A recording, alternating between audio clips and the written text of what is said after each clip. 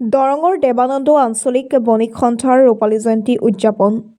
দৰং জিলাৰ বৃহত্তৰ হাজৰিকাপাৰা অঞ্চলৰ দেৱানন্দ আঞ্চলিক বণিক সন্থাৰ ৰূপালী জয়ন্তী আজি দিনজোৰা বৰ্ণাঢ্য কাৰ্যসূচীৰে উদযাপন কৰা হয়। তদুপলক্ষে ৰাতিপুৱা পৰিৱেশ নিকাকৰণ, বন্তি প্ৰজ্বলন, পতাকা উত্তোলন, স্মৃতি তৰ্পণৰ পিছত প্ৰাণৰ শিল্পী জুবিন গাৰ্গলৈ শ্ৰদ্ধাঞ্জলি জ্ঞাপন আৰু নাহৰ পুলি ৰোপণ কৰা হয়।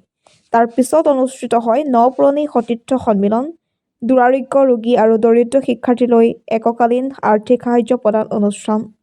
দুপৰীয়া সাতখৰী হাতীমূৰীয়া উচ্চ মাধ্যমিক বিদ্যালয়ৰ অৱসৰী প্ৰধান শিক্ষক ভূমিধৰ চহৰীয়াৰ সভাপতিত্বত অনুষ্ঠিত হয় এখন মুকলি সভা।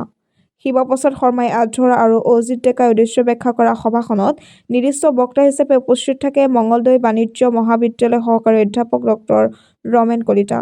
মঙলদৈ বিশিষ্ট উদ্যোগপতি মুকুল ডেকা মুখ্য অতিথি হিচাপে উপস্থিত থকা সভাখনত এখন স্মৃতিগ্ৰন্থ উন্মোচন কৰে জ্যেষ্ঠ সাংবাদিক ৰঞ্জিত কুমাৰ নাথে।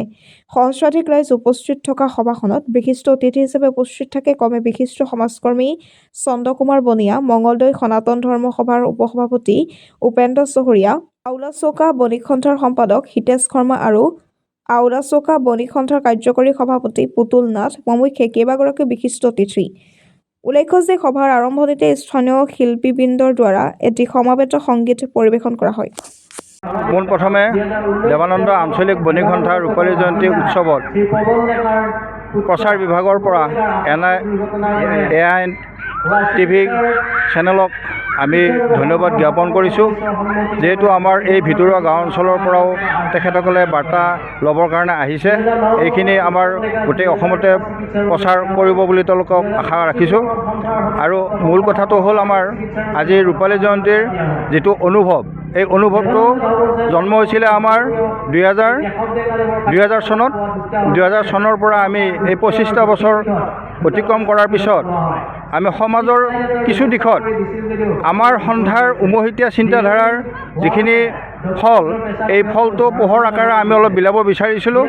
সেই খাতিৰতেই সুদীৰ্ঘ 25টা বছৰত আমি বিভিন্ন কৰ্কৰোগীক আমাৰ সন্থাৰ ফালৰ পৰা এককালীন আমি সাহায্য আগবঢ়াইছিলোঁ।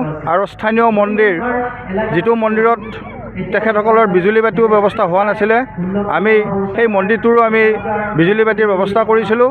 আৰু যিখিনি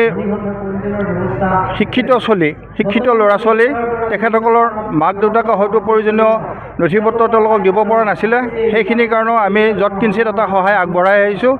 আৰু প্ৰায় ভাগৰে দোকানী বুলি ক'লে আমি যিখিনি আছোঁ, এই গোটেইবিলাকৰে এটা পজিটিভ মাইণ্ড এটা আছে, পাব্লিকক সহায় কৰা, আনক সহায় কৰা। এই খাতিৰত বিভিন্ন দিশত তেওঁলোকে বিভিন্নজনক সহায় কৰি আহিছে আৰু ভৱিষ্যততো তেওঁলোকৰ এই কথাখিনি থাকিব। আৰু আমাৰ এই অনুষ্ঠানটোত যিখিনি আমি বিশিষ্ট ব্যক্তিক, আমাৰ এই অঞ্চলৰ মানুহক এটা জ্ঞান দিবৰ কাৰণে আমি আমন্ত্ৰণ জনাইছিলোঁ, তেখেতসকলে আমাক বৰ সঁহাৰি জনাইছে। তেখেতসকলো আহিছে, তেখেতসকলৰ বহুমূলীয়া ভাষণ হ'ব। এই ভাষণে আমাৰ এই অঞ্চলৰ মানসিকভাৱে এটা ঔষধ দি যাব, এইটো মই কামনা কৰিছোঁ। আৰু পিছৰ কাৰ্যসূচীখিনিও যাতে সুকলমে পৰিচালনা হয়, তাৰ কাৰণে মই ভগৱানৰ ওচৰত প্ৰাৰ্থনা জনাইছোঁ। নমস্কাৰ। পোনপ্ৰথমে আমি দেৱানন্দ আঞ্চলিক বণিক সন্থাৰ ফালৰ পৰা সংবাদ মাধ্যম AIM লাইভক আমি ধন্যবাদ জনাইছোঁ। আজি আমি দেৱানন্দ আঞ্চলিক বণিক সন্থাই 2000 চনতেই গঠন হৈ আজিৰ পৰা 25 বছৰ, আজিলৈকে 2000 চনৰ পৰা 25 বছৰ হ'ল এই দেৱানন্দ আঞ্চলিক বণিক সন্থাই সগৌৰৱে ৰূপালী জয়ন্তী উৎসৱ উদযাপন আমি সমাৰোহ কৰিবলৈ সক্ষম হৈছোঁ। এই ক্ষেত্ৰত সকলো ৰাইজৰ আমি সহযোগিতা পাইছোঁ। দেৱানন্দ আঞ্চলিক বণিক সন্থাই এই 25টা বছৰত যিখিনি মহান কাম কৰিলে, আচলতে আমি অনুকিয়াব লাগিব। আমি দেৱানন্দ আঞ্চলিক বণিক সন্থাই 2010 চনতেই ভ্ৰাম্যমান থিয়েটাৰ দলক আমন্ত্ৰণ কৰি দেৱানন্দ শ্ৰী শ্ৰী বিষ্ণু মন্দিৰৰ সাহায্যাৰ্থে আমি 15,000 টকা আগবঢ়াইছোঁ। 2011 বৰ্ষত এই অঞ্চলৰ কৰ্কট ৰোগী চিকিৎসাৰ সাহায্যাৰ্থে ভ্ৰাম্যমান থিয়েটাৰ দলক আমন্ত্ৰণ কৰি আবেদনৰ ভিত্তিত 8জন ব্যক্তিক আমি চিকিৎসাৰ বাবে আৰ্থিক দান কৰিছোঁ। সেয়েহে আৰু বিভিন্ন অনুষ্ঠানলৈ আমি বিভিন্ন বৰঙণি আগবঢ়াইছোঁ। এই সুবাদতে আমি দেৱানন্দ আঞ্চলিক বণিক সন্থাই ৰূপালী জয়ন্তীৰ আজিৰ এই যি পদক্ষেপ আমি ৰাতিপুৱাৰ পৰা বিভিন্ন কাৰ্যসূচী ইতিমধ্যে সমাপ্ত কৰিছোঁ। এতিয়া আমাৰ মুকলি সভাৰ সময় হৈছে। মুকলি সভাৰ অতিথিসকল আমাৰ মাজত আহি পাইছে আৰু সৰ্বাংগ সুন্দৰ মুকলি সভাখন সমাপ্ত হোৱাৰ দিশত। তাৰ পিছতে আমি আৰম্ভ কৰিম। বিশেষ আমি দুযোৰা নাম পাৰ্টিক আমন্ত্ৰণ জনাইছোঁ। শ্ৰী মহেশ ডেকা আৰু নীলমণি কলিতা নিশা 8 বজাৰ পৰা তেওঁলোকে নাম পৰিৱেশন কৰিব। গতিকে সকলো ৰাইজকে আমি এই দেৱানন্দ আঞ্চলিক সন্থাৰ ফালৰ পৰা ধন্যবাদ আৰু কৃতজ্ঞতা জ্ঞাপন কৰিছোঁ।